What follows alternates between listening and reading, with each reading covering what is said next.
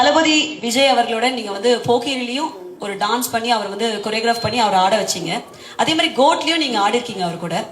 வணக்கம் நண்பா, நான் உங்கள் ஜான் ஜேடி.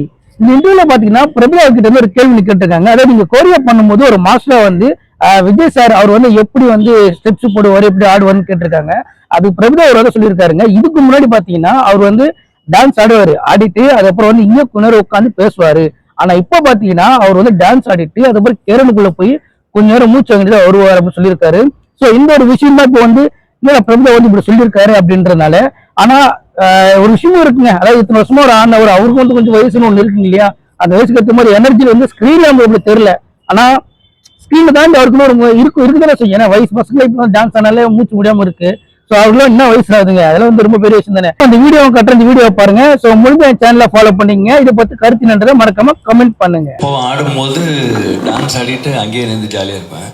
இப்போ கேரவன் வந்திருக்குல்ல, டான்ஸ் ஆடிட்டு உள்ள போயிட்டு மூச்சு வாங்கிட்டு வருவேன்.